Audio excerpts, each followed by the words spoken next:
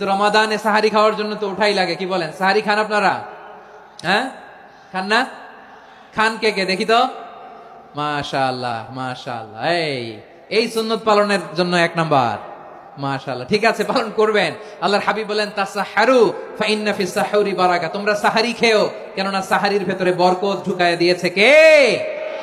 একটা খেজুর, এক গ্লাস পানি খেলেও সারা দিন আপনাকে তরতাজা রাখে কে? তো সাহারির জন্য যেহেতু উঠতেই হয়, সাহারি খাওয়ার আগে বা পরে 2 রাকাত 4 রাকাত তাহাজ্জুদ পড়া যাবে না? রব্বুল আলামিন বলেন ওয়ামিনাল লাইলি ফাতাহাজ্জাদ বিহি নাফিলাতান লাকা আসা আইয়াবআসাকা রাব্বুকা মাকামান মাহমুদা। ও নবী, রাতের কিছু অংশ সময় তাহাজ্জুদের সালাত আপনি আদায় করবেন, কারণ এই তাহাজ্জুদ হলো আপনার জন্য নাফিলাতাল লাক, অতিরিক্ত ফরজ। আপনাকে মাকামে মাহমুদে অধিষ্ঠিত করবে কে?